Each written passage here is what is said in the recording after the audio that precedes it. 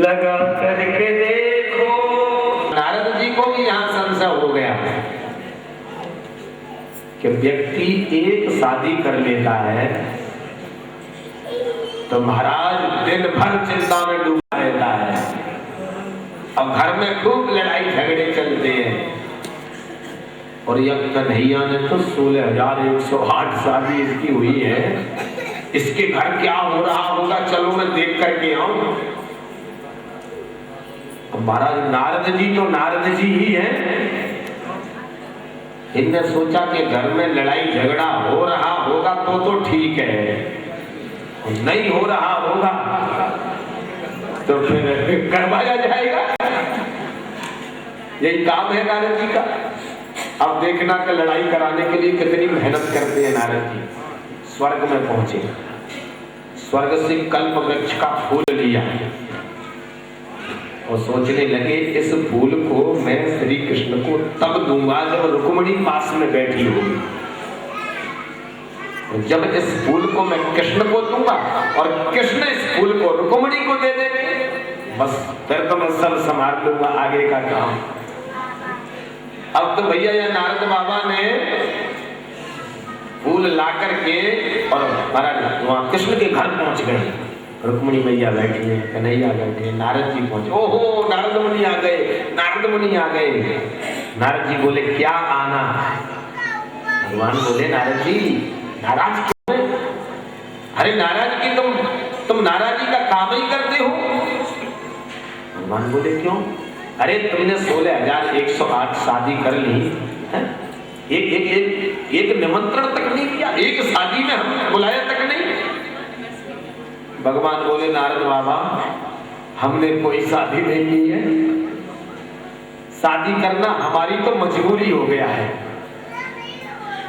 नारद मुनि बोले चलो कोई बात नहीं है, हमने सोचा कि कन्हैया की शादी हो गई है तो कुछ शादी की उनको गिफ्ट दे आए, कुछ उपहार दे आए, तो हम तुम्हारे लिए ये सुंदर कल्प वृक्ष का फूल लेकर आए हैं।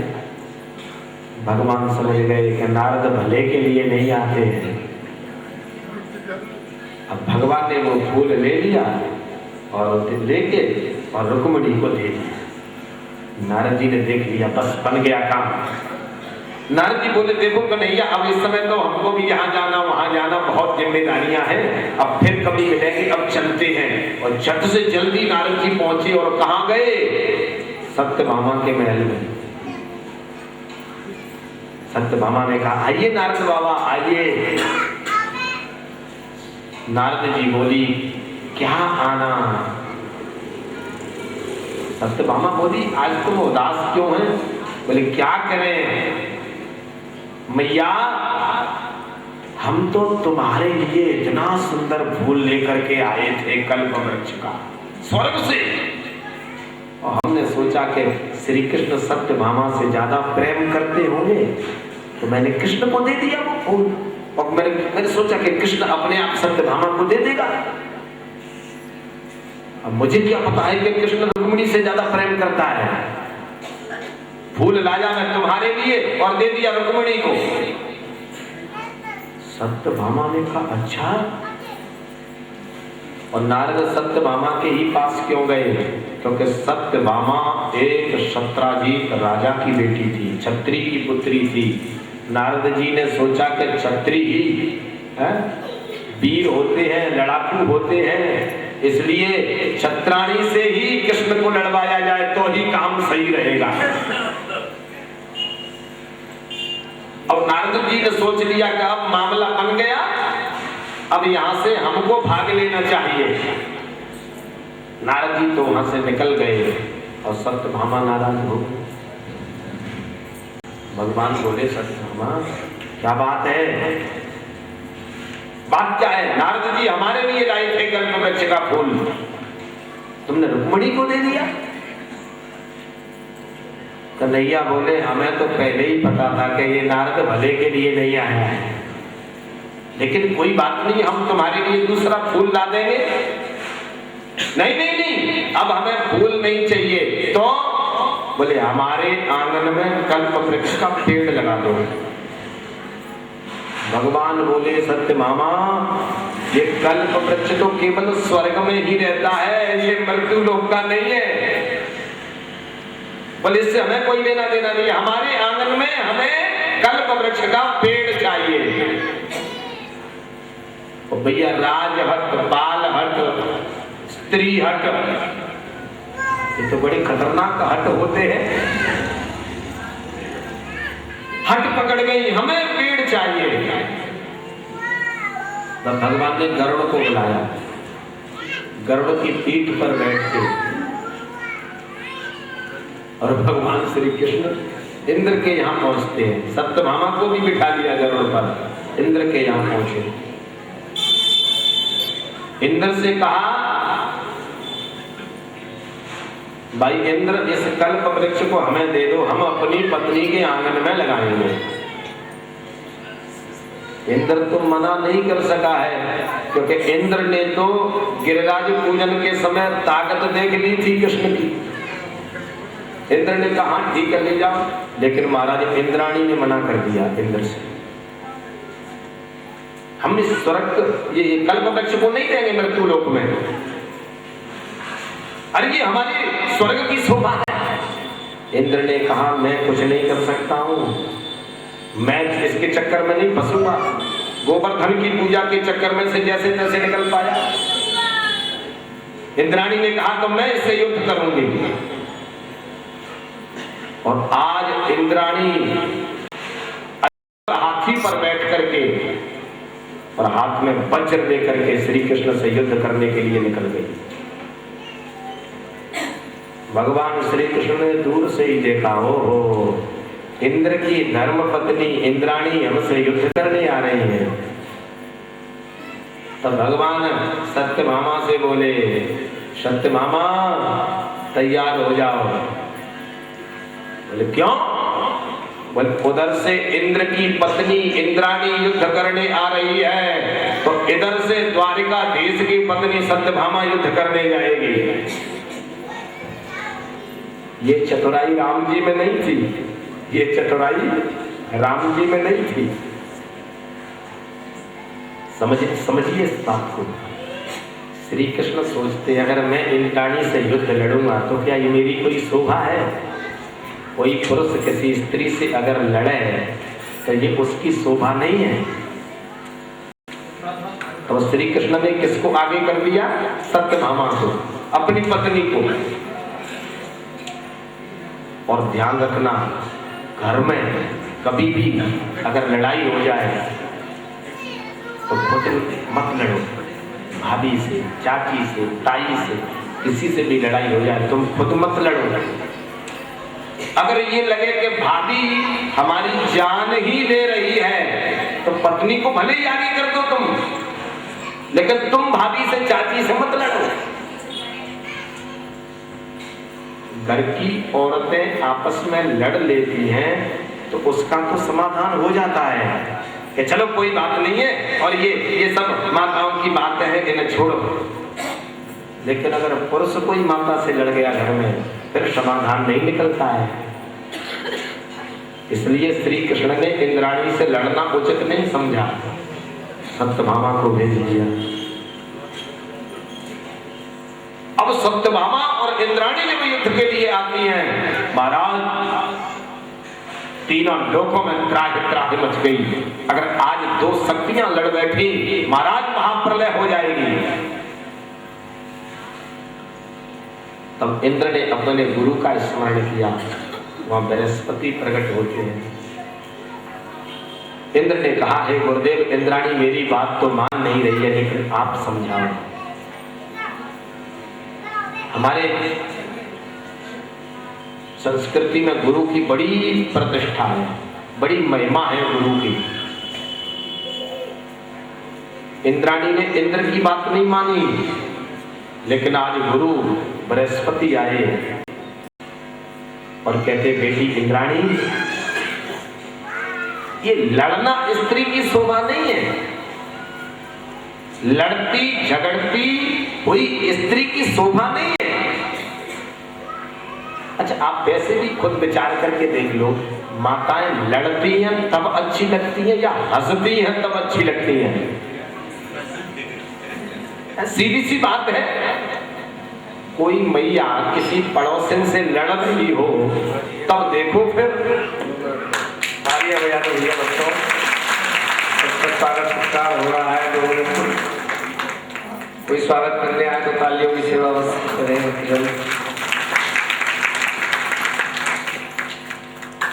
जय हो जय हो जय हो।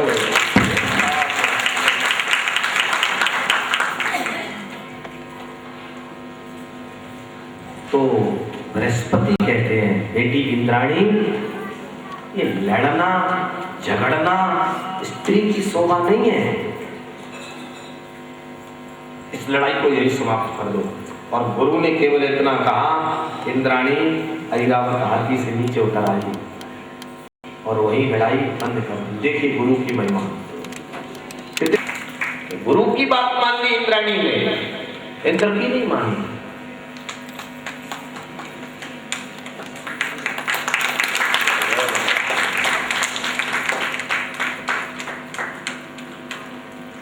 इंद्राणी जब राजी हो जाती है तब भगवान उस कल्प वृक्ष को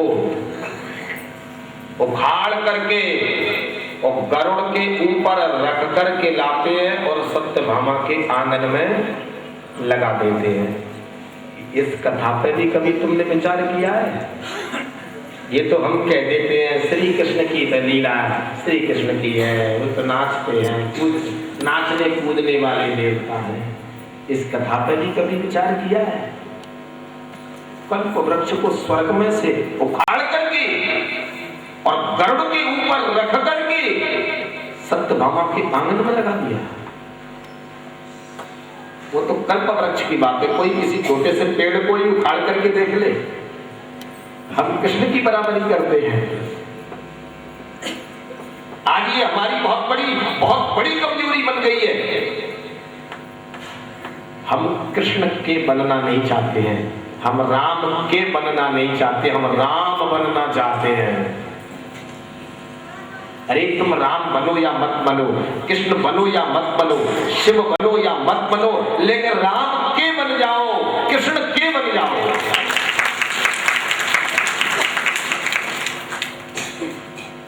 हम उसकी होड़ करने लग जाते हैं। और जिसने भी, अब मैं नाम नहीं गिना सकता हूं मंच से, नाम नहीं गिनाऊंगा, लेकिन बता रहा हूं, जिसने भी इस धरा पर,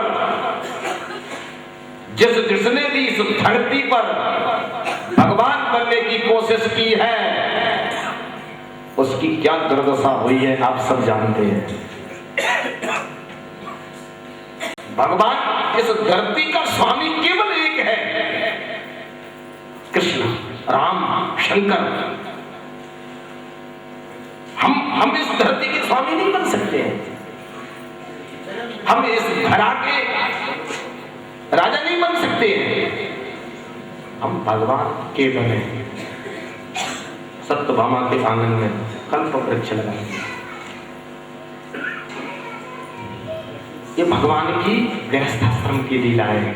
और इसके बाद श्री कृष्ण के अगर चरित्र को देखें महाराज, त्रिकाल संध्या करते हैं श्री कृष्ण। सुबह स्नान करके पूजा पाठ संध्या बंदन करते हैं।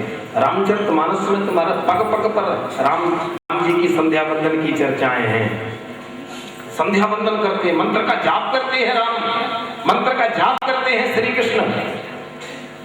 सुबह स्नान करते हैं श्री कृष्ण, पूजा पाठ करते हैं श्री कृष्ण। गृहस्थाश्रम को देखो। और इसके बाद फिर महाराज राजसूय यज्ञ, जरासंध आदि को भीम से समाप्त करवा के महाराज जब राजसूय यज्ञ करते हैं तो महाराज हम और आप जैसी भाषाएं उठाते हैं ना श्री कृष्ण के लिए। श्री कृष्ण के चरित्र के प्रति जिस तरह से हम और आप उंगलियां उठाते हैं, उसी प्रकार उंगलियां उठाई शिशुपाल ने। ये इस कृष्ण की पूजा पहले करोगे, ये इस ग्वाले की पूजा, ये जो कन्या चराता है, गोपियों के घर से माखन लूट लूट के खाया, इसकी पूजा हम पहले करें? कृष्ण पर उंगलियां हमसे ज्यादा उठाई शिशुपाल ने। और उंगलियां कौन उठाता है? वो अपना होता है। उंगलियां कौन उठाता है? जो अपना होता है। श्री कृष्ण का रिश्ते में शिशुपाल कौन है? सगी बुआ का लड़का, सगी बुआ का लड़का। और कृष्ण का विरोध करने के लिए चौराहे पर खड़ा हो गया। ये देवता नहीं है, हम इसकी पूजा नहीं करेंगे। लेकिन भगवान कुछ नहीं बोले। लेकिन अर्जुन, सहदेव, इन्होंने, हम इसी समय शिशुपाल को भगवान इशारा करते ना, ये अपने आप ही समाप्त हो जाएगा। भगवान ने अब फिर कथा में कथा जुड़ी है। भगवान ने इसकी बुआ को वचन दे दिया कि मैं 100 गलती क्षमा कर दूंगा, और 101 में हुई, फिर खैर नहीं है, फिर खैर नहीं है इसकी। हमारा जैसे ही 101 में गाली 100 से ऊपर को जाती है, उसी क्षण भगवान सुदर्शन चक्र से शिशुपाल के सर को काट देते हैं। अब कहते हैं कि उस समय उनकी उंगली में से थोड़ा सा खून निकल पड़ा। वहां खड़ी थी द्रौपदी। देखिए माँ क्या होती है, चाहे वो हमारी माँ हो, चाहे किसी और की माँ हो। माँ माने माँ। अभी सही था, पहले सही था। नहीं, ये बात संकी में तो ठीक था। वहां पहुंचती तुमने जो किया उससे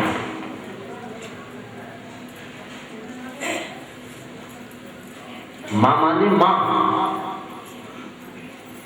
द्रौपदी की वो ममता देखिए। जैसे ही कृष्ण की उंगली में थोड़ा सा खून दिखाई दिया, आहा, गजब हो गया। द्रौपदी को लगा न जाने क्या हो गया, और अपनी अमूल्य कीमती साड़ी में से कपड़ा फाड़ करके गोविंद की उंगली में बांध दिया, कृष्ण की उंगली में बांध दिया कि सब तेरी उंगली में खून निकल आया है। और भगवान जब इस दृश्य को देखते हैं, द्रौपदी कृष्ण की उंगली में कपड़ा बांध रही है। श्री कृष्ण मन में सोच रहे हैं, मैं द्रौपदी को क्या दे दूं, क्या दे दूं, क्या दे दूं। और वो द्रौपदी की उधारी श्री कृष्ण पर हमेशा हमेशा बनी रही है। और जब दुशासन द्रौपदी के चीर को खींचता है बड़ी सभा में, आज श्री कृष्ण को वो बात याद आ जाती है। एक दिन इसी द्रौपदी ने मेरे लिए अपनी साड़ी को फाड़ करके मेरी उंगली में बांध दिया था। आज भगवान श्री कृष्ण खुद चीर बन करके और द्रौपदी की लाज को बचा देते हैं। खुद चीर बन करके। द्रौपदी का चीर बढ़ाया, ये बात अलग है, बढ़ाया या ना बढ़ाया, लेकिन इतना जरूर है, खुद श्री कृष्ण की चीर बन करके द्रौपदी के अंग अंग से लिपट जाते हैं। ये चीर बढ़ाने वाली बात नहीं है, ये भगवान का चीरा अवतार है। ये भगवान ने चीर बढ़ाया नहीं, चीर अवतार दिया है। द्रौपदी ने थोड़ा सा कपड़ा कृष्ण की उंगली पर बांध दिया, और श्री कृष्ण खुद कपड़ा बन जाते हैं द्रौपदी के लिए। श्री कृष्ण के इस चरित्र को भी तो समझो। एक नारी के लिए श्री कृष्ण चीर बन गई, कपड़ा बन गई, उनकी इज्जत को बचाने के लिए। नारी की रक्षा से बढ़कर के दुनिया में दूसरा कोई धर्म है नहीं। कभी कभी हम गीधराज जटायु की और पितामह भीष्म की तुलना करते हैं कि भीष्म और जटायु बराबर के भक्त थे। नहीं नहीं नहीं नहीं, जटायु की बराबरी भीष्म नहीं कर पाएंगे। गिना रहा हूं मैं तुम्हें। पितामह भीष्म क्षत्रिय थे, पितामह भीष्म वीर थे,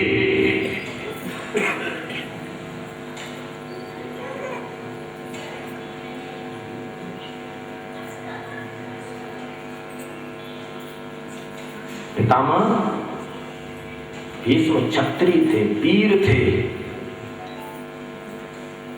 लेकिन एक द्रौपदी नारी की रक्षा के लिए बोले तक नहीं। ये कौन सा धर्म है कि किसी नारी का चीरहरण हो रहा हो और वहां मौन बैठा रहे? कौन सा धर्म कहता है? 1000 धर्मों को त्यागने पर भी अगर नारी की रक्षा कर दी जाए तो नारी की रक्षा ही सर्वोपरि धर्म बन जाएगा। कोई धर्म नहीं कहता है कि नारी की रक्षा, नारी का चीरहरण करवाना धर्म हो। पितामह भीष्म बोले तक नहीं। और एक वीतराज जटायु मांसाहारी होने पर भी वीतराज जटायु ने एक नारी माता जानकी के लिए अपने प्राणों का बलिदान कर दिया। और उसका परिणाम क्या हुआ? पितामह भीष्म को धरती भी नसीब नहीं हुई। भीष्म के प्राण धरती पर नहीं निकले, बाणों पर लटके हैं भीष्म। शायद एक नारी द्रौपदी के लिए भीष्म बोल पड़ते, ऐसा नहीं होता। उस कथा को मत जोड़ना कि उन्होंने एक सांप फेंक दिया था, उसमें सांस चल रही, वो कांटों पर गिर पड़ा, बोले तू भी ऐसे लटकेगा। वो बात अलग की बात कर रहा हूं, कर्म की बात कर रहा हूं। अगर भीष्म अगर वहां बोल गए होते तो शायद आज भीष्म को बाणों पर नहीं लटकना पड़ता। पितामह भीष्म को धरती भी नसीब नहीं हुई। पितामह भीष्म के प्राण धरती पर नहीं बाणों पर निकले और वीतराज जटायु के प्राण मेरे राम की गोद में निकले। पितामह भीष्म का दाह संस्कार कृष्ण ने नहीं किया, युधिष्ठिर के द्वारा करवाया। भीष्म का दाह संस्कार युधिष्ठिर के द्वारा करवाया और वीतराज जटायु का दाह संस्कार साक्षात मर्यादा पुरुषोत्तम श्री राम ने किया। ये नारी की रक्षा का फल है। ये आज विचार करने की बात है। एक समय वो भी था, एक मांसाहारी गीत राष्ट्र की नारी की कीमत जानता था। गीतराज सुन आरत वाणी, रघुकुल तिलक नार पहचानी। एक समय वो था भगवान राम के जमाने में एक मांस खाने वाला गीत भी नारी की कीमत पहचानता था। और आज अगर आज इंसान की और पहले के गीत की तुलना की जाए तो आज के इंसान से पहले का गीत श्रेष्ठ था।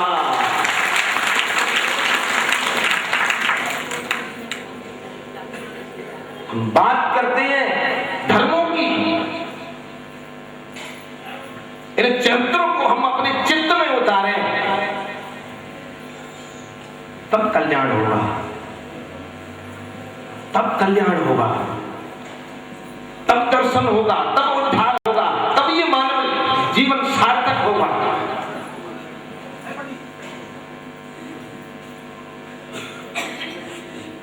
तो द्रौपदी भगवान श्री कृष्ण शिशुपाल का जब उद्धार करते हैं, उनके उंगली से थोड़ा सा खून निकल पड़ा और द्रौपदी ने थोड़ा सा कपड़ा बांध दिया और श्री कृष्ण उस द्रौपदी की रक्षा करने के लिए कपड़ा ही बन गए।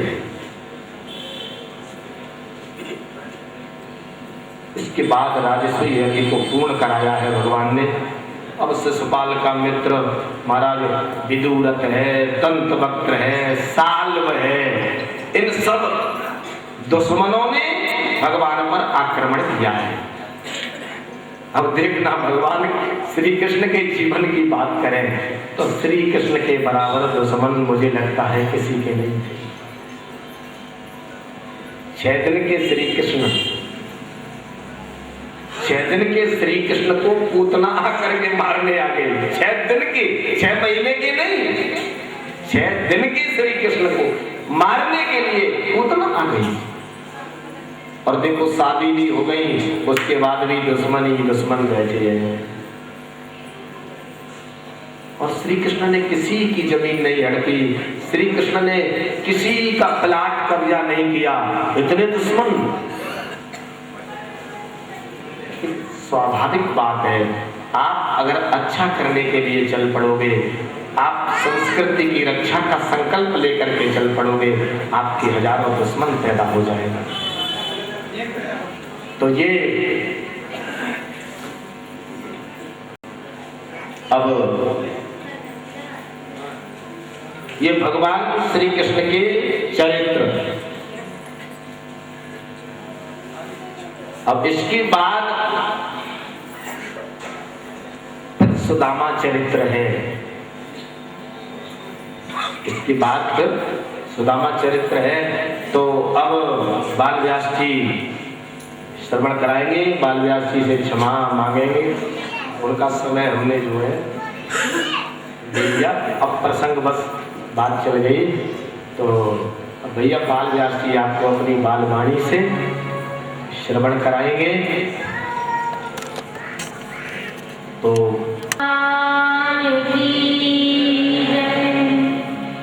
भागवत भगवान की जय, वेद व्यास भगवान की जय, सुखदेव की जय, अनंत श्री विभूषित यति चक्र चूड़ामणि धर्म सम्राट पूज्यपाद ब्रह्मलीन स्वामी श्री करपात्री जी महाराज की, अनंत श्री विभूषित यज्ञ करने से पहले पूज्य श्री गुरु जी के चरणों में मेरा साष्टांग प्रणाम। 108 विवाहों का श्रवण कराया है। तो आइए अब हम सुदामा चरित्र में प्रवेश करते हैं।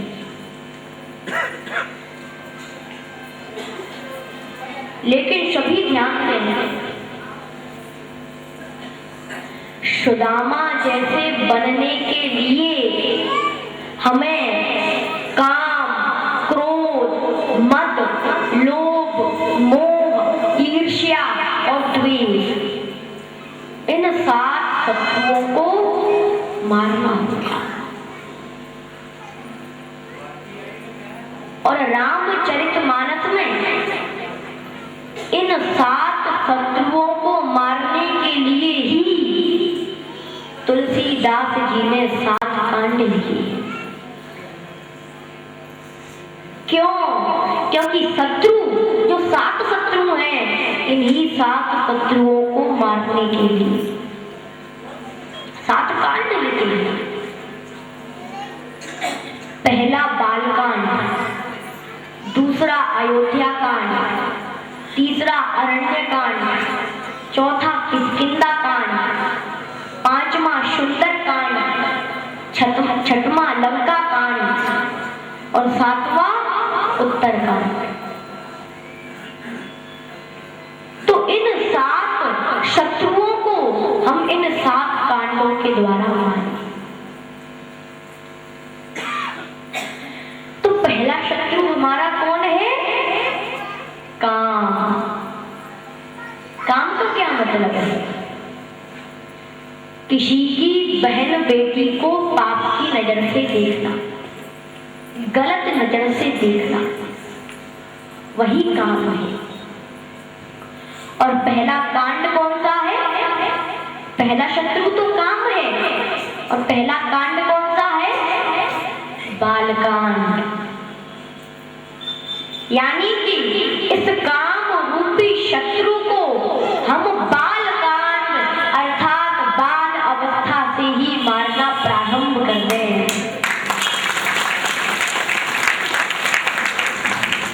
बचपन से ही सत्संग करना प्रारंभ कर दें। और सभी देखें, अगर हम इन 7 शत्रुओं को नहीं मारेंगे, इस काम रूपी शत्रुओं को नहीं मारेंगे, तो हमारा क्या हाल होगा? सभी ध्यान से सुने।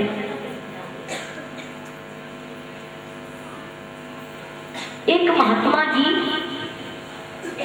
जंगल में तपस्या करते थे। एक दिन एक राजा उन महात्मा जी से बोले कि हे महात्मा जी, आपको इस जंगल में भोजन बनाने में तकलीफ होती होगी, परेशानी होती होगी, इसीलिए हे महात्मा जी, आप दोपहर का भोजन हमारे घर पाया कीजिए। आप दोपहर का भोजन हमारे घर खाया कीजिए। अब महाराज महात्मा जी राजी हो गए, और ये महात्मा इतने तपस्वी थे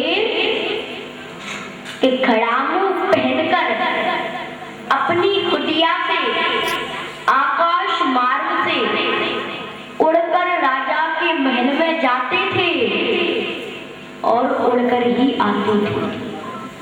उड़कर जाते थे, उड़कर ही आते थे। एक दिन राजा तो कहीं चले गए,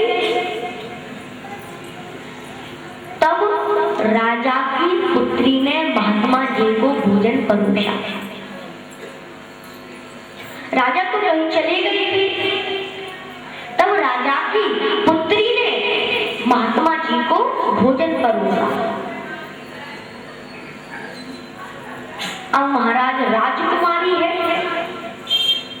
राजा की पुत्री राजकुमारी है, तो सुंदर तो है ही।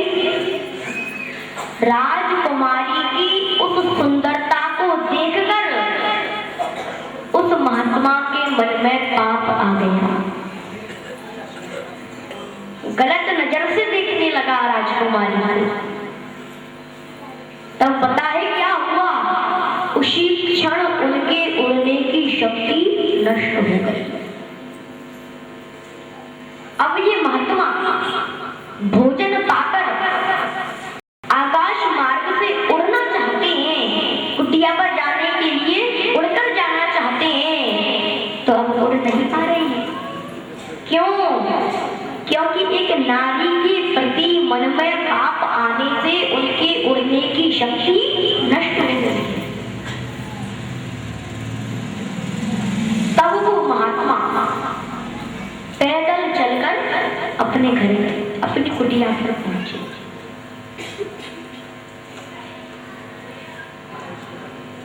और जब राजा वापस आया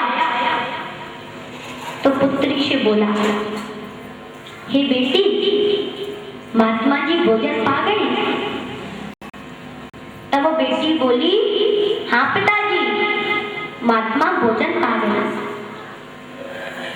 लेकिन पिताजी, आज एक आश्चर्य हुआ। और दिन तो महात्मा उड़कर आते थे और उड़कर ही जाते थे, उड़कर आते थे और उड़कर ही जाते थे। लेकिन आज हुआ ये कि महात्मा आए तो उड़कर थे, लेकिन गए पैदल हैं। तब राजा बोला, ऐसी बात है? तब राजा महात्मा की कुटिया पर पहुंचता है तो क्या देखा? महात्मा अपने आप को कुटिया में बंद करके फूट फूट कर रो रही है। महात्मा फूट फूट कर रो रही है, अश्रुपात कर रही है। तब राजा ने कहा, हे महात्मा जी, अगर मुझसे या मेरी पुत्री से कोई गलती हुई है तो आप मुझे क्षमा कीजिए, मुझे माफ कीजिए।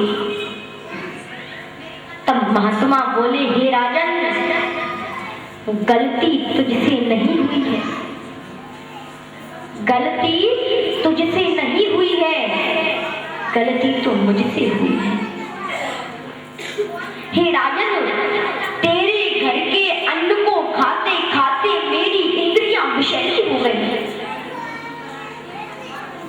और आज जब तुम्हारी पुत्री ने भोजन परोसा तो उसके प्रति मेरे मन में पाप आ गया,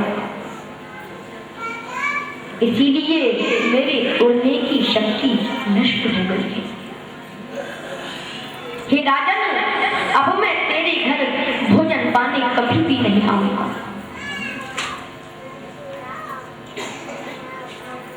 लेकिन हे मेरे भारतवासियों, हे दिल्ली वासियों, एक महात्मा का मेरे राष्ट्र की नारी के प्रति मन में पाप आने से तप क्षीर्ण हो गया, उड़ने की शक्ति नष्ट हो गई।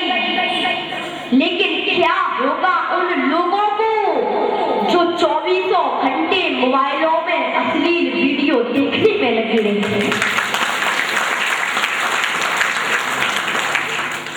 क्या होगा उन कुलकलंकी नालायकों का जो 24 घंटे मेरे राष्ट्र की मां, बहन, बेटियों को नोचने की तलाश में रहते हैं?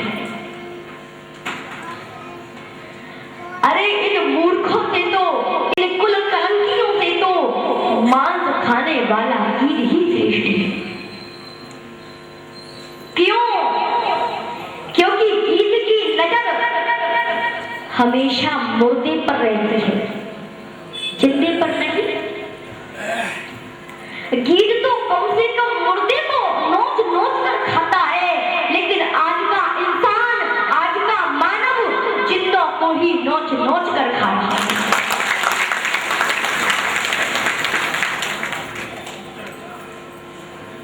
परंतु ध्यान रखना, नारद के जीवन में काम आया तो नारद बंदर बन गए, और हनुमान के जीवन में राम आया तो हनुमान सुंदर बन गए।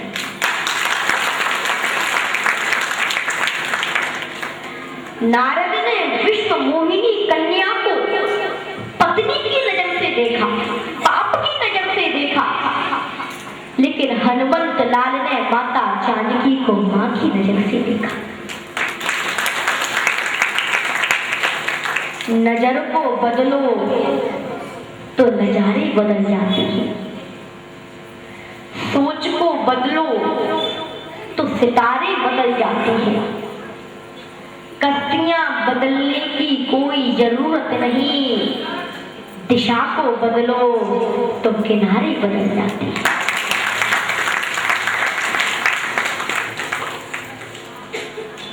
तो मेरा कहने का मतलब ये है कि अगर हम मनुष्यों में ही भगवान को देखना प्रारंभ कर देंगे तब भगवान खुद प्रकट होकर हमें दर्शन देने के लिए मजबूर हो जाएगा। और अगर मनुष्यों से तुम्हें घृणा होने लग गई, मनुष्यों से तुम्हें ईर्ष्या होने लग गई, मनुष्यों से हमें घृणा होने लग गई, तो मंदिर में रहने वाले भगवान से भी तुम्हें घृणा होने लग जाएगी। क्यों?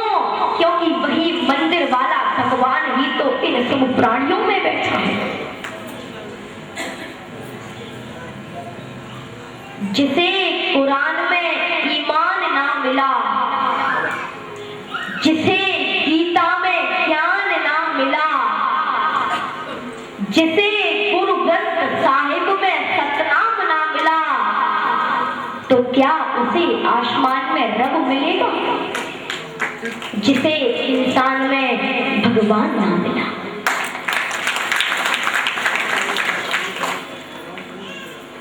तो मेरा कहने का मतलब, मेरा कहने का भाव ये है कि काम, क्रोध, मद, लोभ, मोह, ईर्ष्या, द्वेष में से इन काम रूपी शत्रु को हम बालकांड अर्थात बाल अवस्था से ही मारना प्रारंभ कर दें, बचपन से ही सत्संग करना प्रारंभ कर दें। और सभी ध्यान दें, अगर हमने बचपन से ही भगवान का नाम लेना प्रारंभ नहीं किया तो बुढ़ापे में हमारी इस वाणी से भगवान का नाम नहीं निकल सकता है। किसी कवि ने बड़ा ही सुंदर वचन गाया है, सभी ध्यान से सुने। लेकिन हर हर महादेव तो बोलना ही पड़ेगा। हर हर महादेव।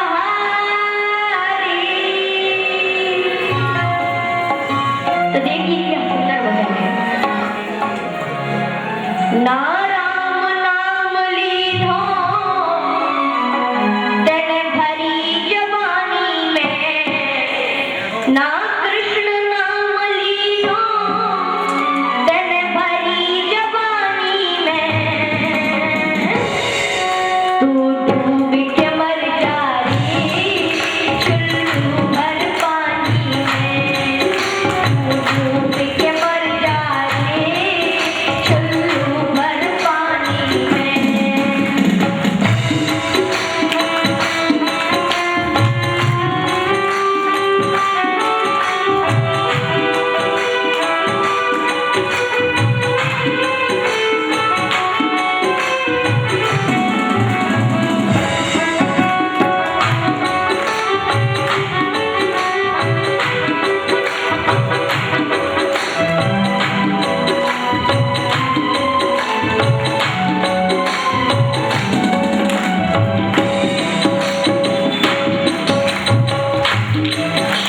सभी भक्त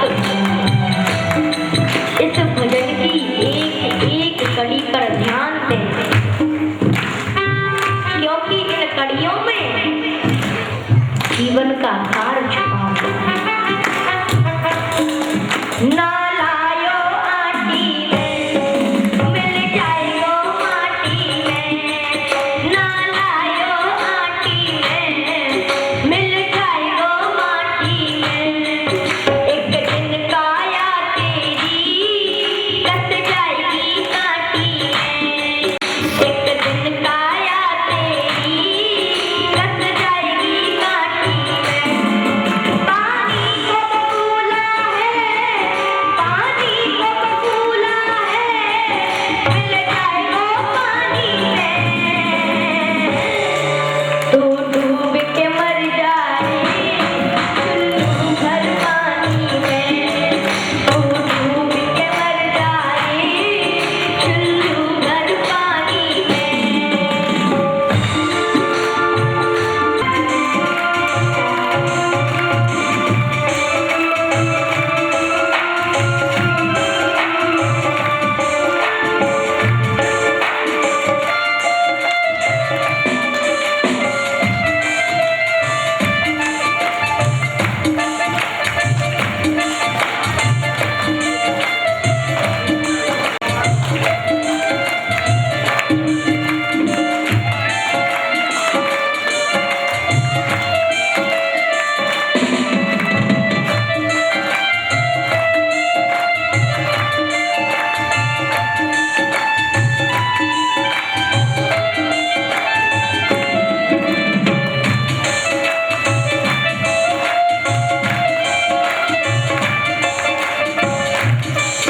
सभी भक्त ध्यान से सुनें। आज तो हम बड़े बड़े महलों में डेरा डाल कर बैठे हैं, लेकिन हमारा अंतिम डेरा कहाँ होगा, ये कभी सोचा है? इसका कभी विचार किया है?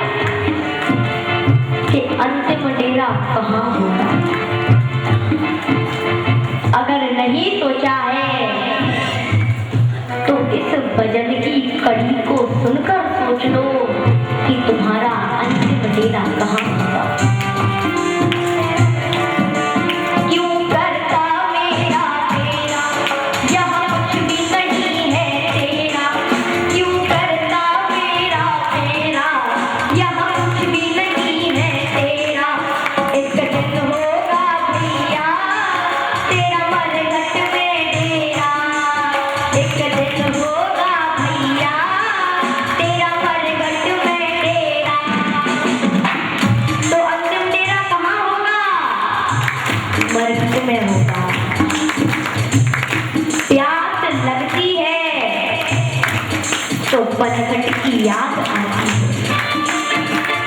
लाज लगती है तो घूंघट की याद आती है।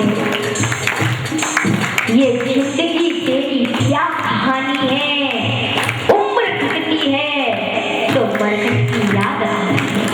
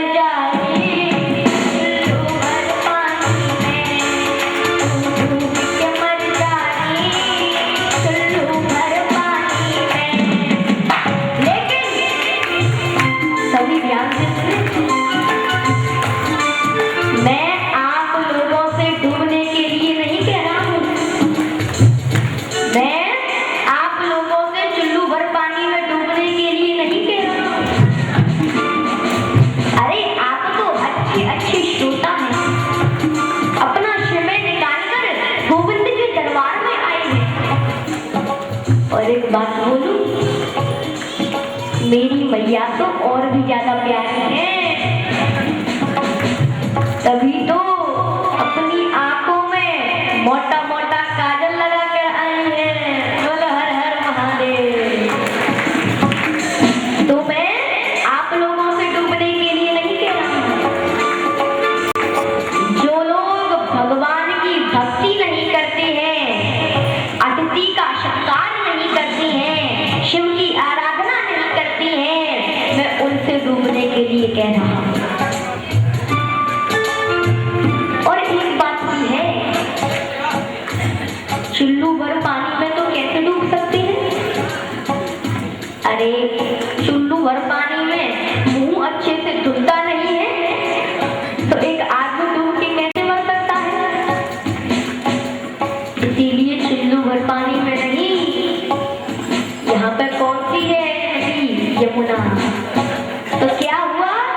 तू डूब के मर जाए यमुना के पानी में, तू डूब के मर जाए यमुना के पानी में, तू डूब के मर जाए चुल्लू भर पानी में, तू डूब के मर जाए चुल्लू भर पानी में, चुल्लू भर पानी में, चुल्लू भर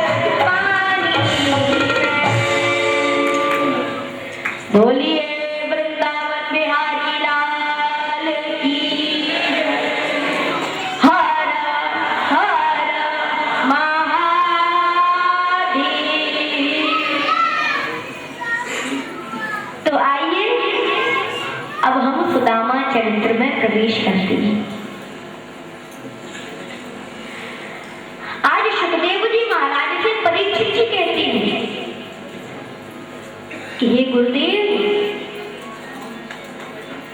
आपने मुझे अभी तक जितनी भी कथा सुनाई है, ये सब श्री कृष्ण के दुश्मनों की कथा सुनाई है। कि 6 दिन के कृष्ण ने पूतना मारी, शक्तासुर मारा, तृणाव्रत मारा, अहासुर मारा, बकासुर मारा, धेनुकासुर मारा, प्रलंबासुर मारा, कंस मारा, शिशुपाल मारा। तो हे गुरुदेव, क्या श्री कृष्ण के दुश्मन ही दुश्मन थे, कोई मित्र नहीं था? इसीलिए हे प्रभु, अब आप हमें श्री कृष्ण के दुश्मनों की नहीं, श्री कृष्ण के मित्रों की कथा सुनाओ। अब तो दुश्मनों की नहीं सुननी है, हमें तो मित्र की कथा सुननी है। तब सुखदेव जी महाराज प्रारंभ करते हैं सुदामाचर्य। भागवत के 80वें अध्याय में सुदामाचरित्र को लिखा है। भागवत कथा के 80वें अध्याय में सुदामाचरित्र है। लेकिन 80वें अध्याय का मतलब क्या है? 80वें अध्याय का मतलब है कि इंसान जब 80 वर्ष का हो जाए तब उसे पड़ोसियों से दुश्मनी का व्यवहार छोड़कर मित्रता का व्यवहार करना चाहिए। ये सभी माताएं शांति बना के रखें, और अगर आगे के लिए जगह है तो आगे से समझाएंगे।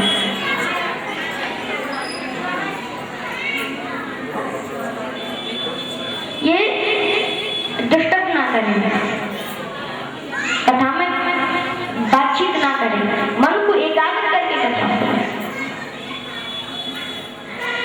तो 80वें अध्याय का मतलब है कि व्यक्ति जब 80 वर्ष का हो जाए तब उसे दुश्मनी का व्यवहार छोड़कर पड़ोसियों से मित्रता का व्यवहार करना चाहिए। कई लोग अपने बेटाओं को धनवान बनाने के चक्कर में पड़ोसियों से दुश्मनी कर लेती। परंतु याद रखना कि आज जिन पुत्रों के लिए तुम बेईमान बन गए हो, ये जरूरी नहीं है कि यही संतान, यही पुत्र तुम्हारे काम आए। बुढ़ापे में अगर पड़ोसियों से तुम्हारे संबंध अच्छे बने रहेंगे तो कम से कम एक लोटा पानी तक तो पिला दो।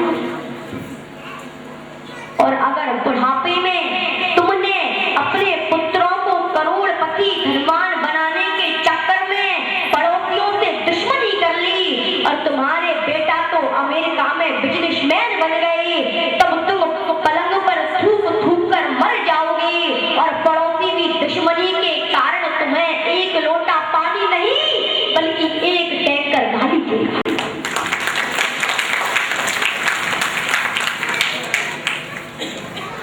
तब तुम्हें होश आएगा कि ये मैंने क्या कर दिया। तब तो तुम्हारा वो हाल होगा जो हाल महाभारत में धृतराष्ट्र का हुआ था। धृतराष्ट्र का पूरा जीवन बीत गया पांडवों से दुश्मनी करते करते। धृतराष्ट्र का पूरा जीवन ही बीत गया पांडवों से दुश्मनी करते करते। लेकिन जब दुर्योधन आदि 100 पुत्र बन गए तब धृतराष्ट्र की सेवा पांडवों ने की, युधिष्ठिर ने की। विचार करो कि जिन पांडवों को धृतराष्ट्र ने लाक्षागृह में जलाया था, जिनकी पत्नी द्रौपदी को भरी सभा में अपमानित करवाया था, लेकिन जब दुर्योधन आदि 100 बेटा मर गए तब धृतराष्ट्र के काम आए तो वही पांडव काम।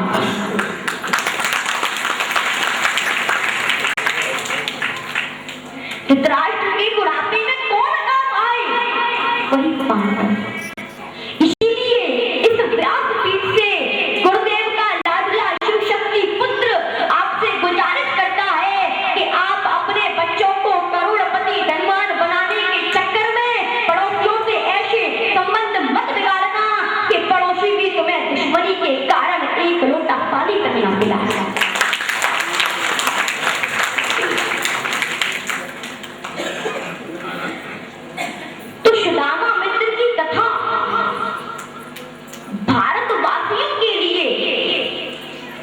मित्रता की मिसाल है, दोस्ती की मिसाल है। सुखदेव जी कहते हैं, हे राजन परीक्षित, कृष्णस्यासीत् तथा कश्चित् ब्राह्मणो ब्रह्मवित्तः विरक्त इंद्रियार्थेषु प्रशांतात्मा जितेन्द्रिय।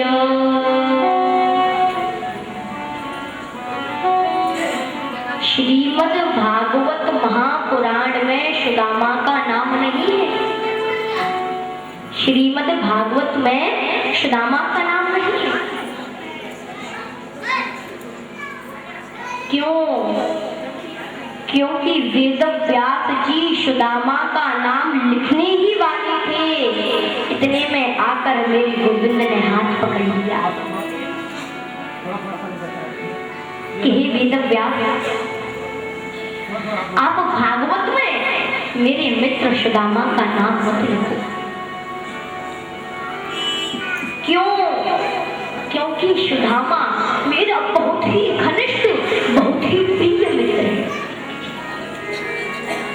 और जो जितना ज्यादा प्रिय हो उसे उतना ही ज्यादा छिपा कर रखना चाहिए।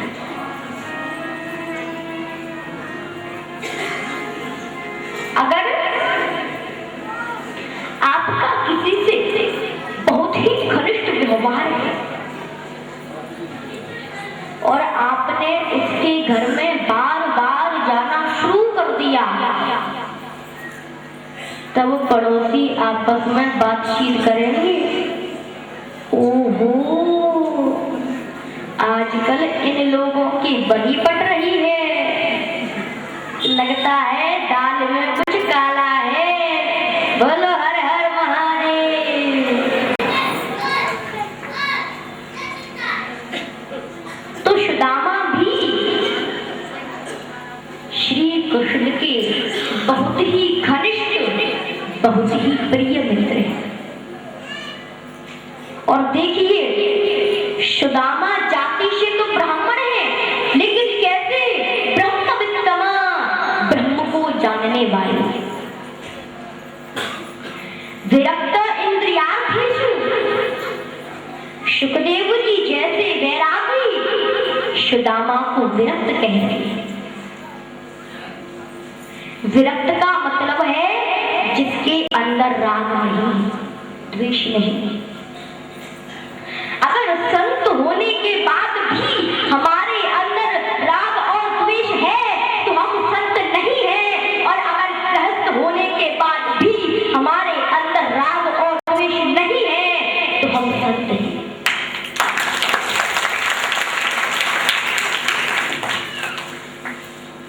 तो सुदामा के अंदर राग द्वेष नहीं है, इसीलिए सुदामा को विरक्त कहा है। सुदामा जितेंद्रिय है। एक बार की बात है, सुदामा तो कहीं चले गए थे, लेकिन घर पर भिक्षा मांगने के लिए कुछ संत आ गए। संतों ने आवाज लगाई, मां भिक्षाम देहि, लेकिन सुशीला घर से नहीं निकली। तब संतों ने दोबारा से आवाज लगाई, हे देवी हमें भिक्षा दीजिए। तब सुशीला आंखों में आंसू भर के अंदर से ही बोली, हे संत भगवान, मैं आपको भिक्षा नहीं दे सकती हूँ। संतों ने कहा क्यों? तो सुशीला बोली, हे संत भगवान, मेरे घर में शोभन हो गई। संत बोले, किसका जन्म हुआ है? तो सुशीला आंखों में आंसू भर के कहती है, हे संत भगवान, मेरे घर में एक दरिद्रता का जन्म हुआ है। मेरे घर में एक गरीबी रूपी बेटी का जन्म हुआ है। इसीलिए मेरे घर में आपको भिक्षा देने के लिए एक अन्न का दाना तक नहीं है।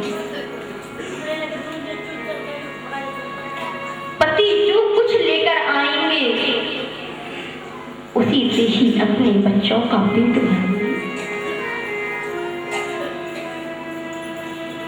सुशीला कहती है, हे संत भगवान,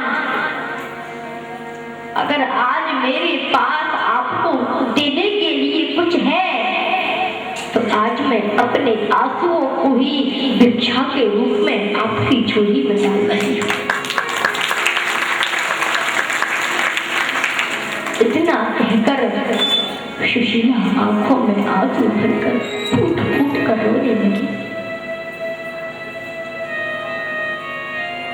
तो संतों ने कहा, हे सुशीला, तुम दुखी मत हो। तुम्हारे जो स्वामी है सुदामा, उनका मित्र है द्वारकाधीश, द्वारका का राजा। इसीलिए हे सुशीला, तुम अपने पति सुदामा को द्वारकाधीश के पास भेज दो,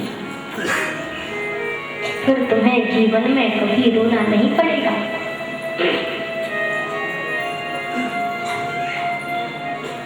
इतना कहकर संत चले गए। जब सुदामा जी कुटिया पर आते हैं तो सुशीला बोली, हे स्वामी,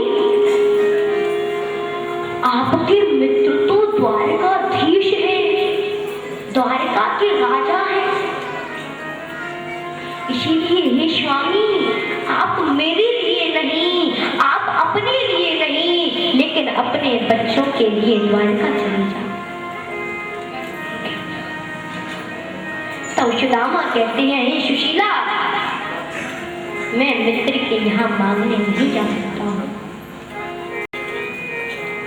मांगत मांगत मान घटे और प्रीति घटे, निज के घर जाने ओछ की संगत को ईमानदारी का जीवन जीती।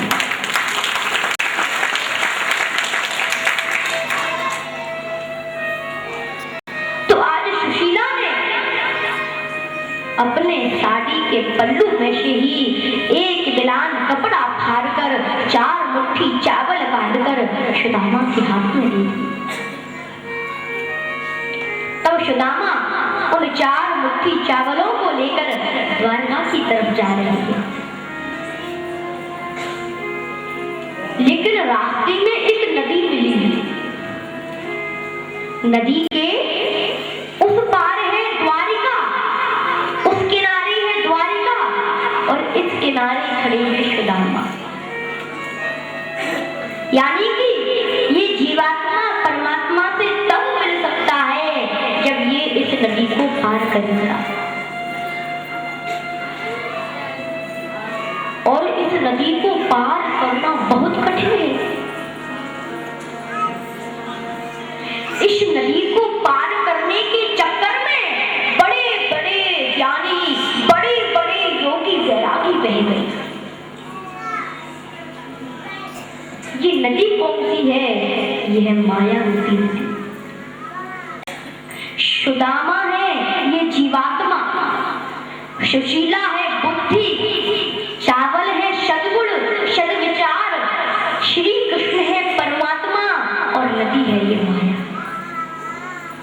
यानी कि अगर ये सुदामा रूपी जीवात्मा सुशीला रूपी बुद्धि से चावल रूपी सद्गुण सद्विचार लेकर श्री कृष्ण परमात्मा के पास जाएगा, तब वो द्वारकाधीश, तब वो भगवान खुद नाम लेकर आएंगे और इसे इस माया रूपी नदी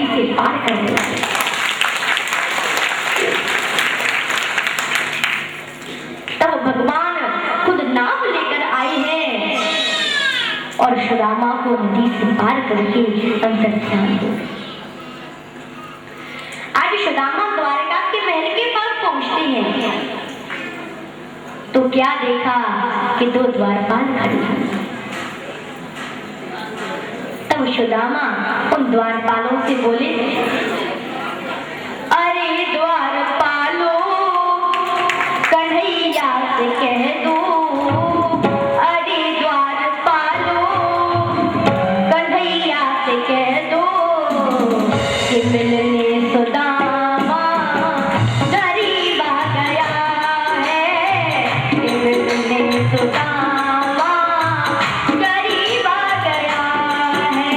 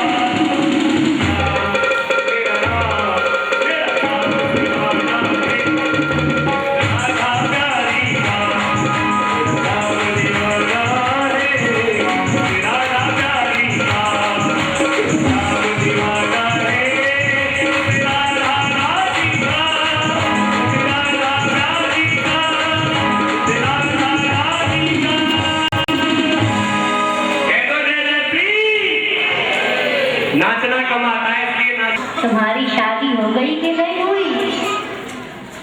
सुदामा बोले लाला शादी तो हो गई है। प्रभु बोले भारी ओढ़ा शतऋषि नवा, क्या आपकी पत्नी आपकी समान है? सुदामा बोले अरे लाला तेरी भाभी का स्वभाव बहुत अच्छा है, बिल्कुल भी लड़की झगड़ती नहीं है, बहुत अच्छी है।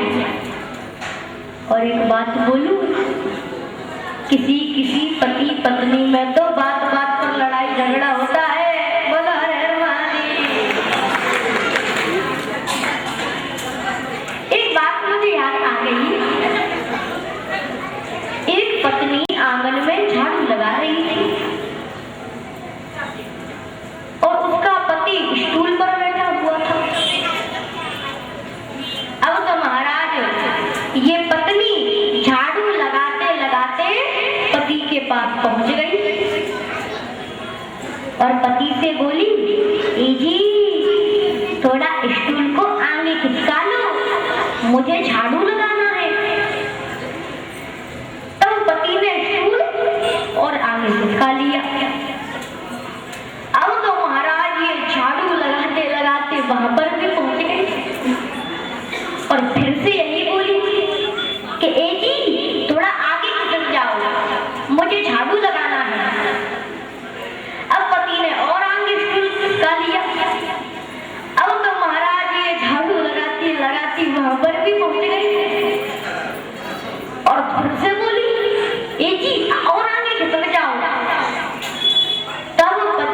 दरवाजे में स्टूल डालकर बैठ गया।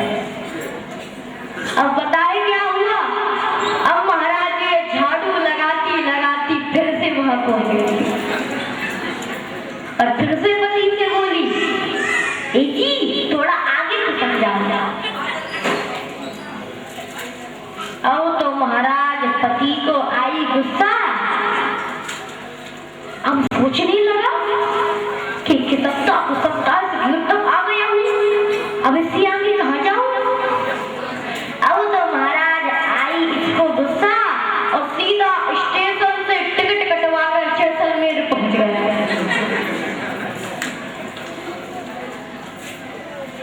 और वहां पहुंचकर पत्नी से फोन लगाकर बोला, हेलो,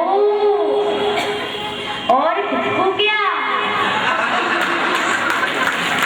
खिसकता जैसलमेर तक आ गया हूँ।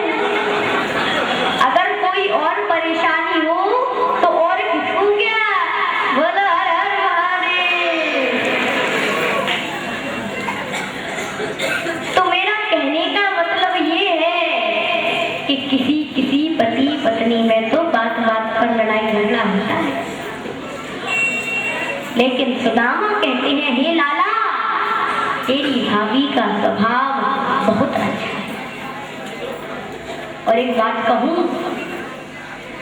जिस पत्नी की प्रशंसा पति अपने मुख से कर देता है, उस पत्नी का जीवन तो धन्य हो जाता है। और उस पत्नी की प्रशंसा स्वर्ग में देवता नहीं करते। परंतु एक बात तो है, आजकल पतियों ने पत्नियों की प्रशंसा करना कम कर दिया है। पता है क्यों? क्योंकि अब पत्नियों ने नाटक देखना शुरू कर दिया है। बोलो हर हर महादेव। एक नाटक आता है, भाभी जी घर पर है। अब महाराज इस नाटक को देख देख कर अब माताएं घर पर नहीं रुकती। बोलो हर हर महादेव। तो अब बताओ, पति प्रशंसा कैसे करे? एक नाटक आता था ससुराल सिमर का। इस नाटक में सिमर ने तो अपनी ससुराल को बना लिया। इस नाटक में सिमर ने तो ससुराल बना ली, लेकिन इस नाटक को देखने के बाद भी माताओं की ससुराल बिगड़ रही है। बोलो हर हर महादेव।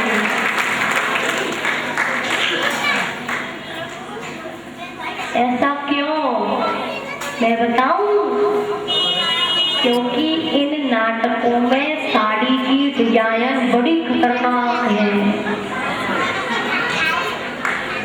माताएं नाटक तो कम देखती हैं, थोड़ा बहुत देखती हैं, लेकिन साड़ी की डिजाइनों पर विशेष ध्यान देती हैं। एक बात बोलूं, कहीं ऐसा नहीं हो कि माताएं साड़ी की डिजाइन बनाने में लगी रहे, तब तक देखा कि पति की डिजाइन बिगड़ गई।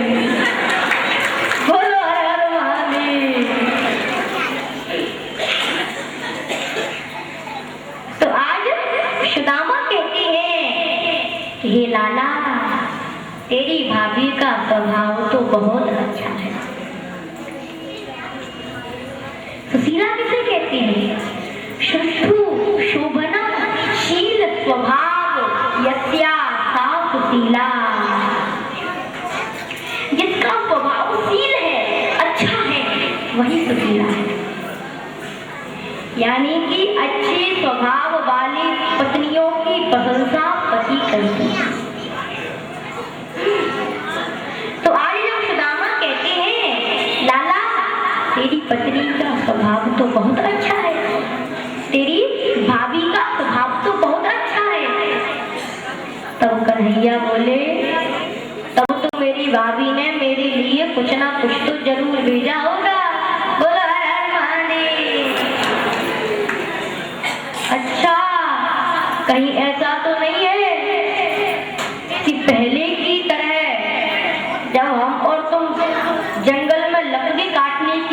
गए थे और गुरु माता ने कुछ चने दिए थे और कहा कि भूख लगने पर दोनों भाई मिल बांट कर खा लेना, लेकिन तुम मेरे हिस्से के भी चनों को खा गए थे। बोलो हर हर महादेव। और कहीं ऐसा तो नहीं है कि इस बार भाभी ने मेरे लिए कुछ ना कुछ भेजा हो और उसे भी अकेले अकेले खाने के चक्कर में तो नहीं हो तुम? अब तो महाराज सुदामा जी ने आंख सकोरने लग गए। तब माखन चोर समझ गए कि कांख में माल छुपा हुआ है। बोलो हर हर महादेव। पता है क्यों? क्योंकि चोर की नजर बड़ी तेज होती है। कभी कभी आपने बसों में यात्रा करते हुए देखा होगा कि कुछ लोग यात्रियों को समझाते हुए कहते हैं, कुछ जेब कतरे समझाते हुए कहते हैं कि यहाँ सावधानी से रहना, सभी अपने कीमती सामानों को, अपने पर्सों को संभाल के रखना, क्योंकि यहाँ जेब कतरों का बड़ा खतरा है। तब तो सभी माता अपने अपने पर्सों पर हाथ डाल लेती हैं, तब ये तुरंत ताक लेती है। और पता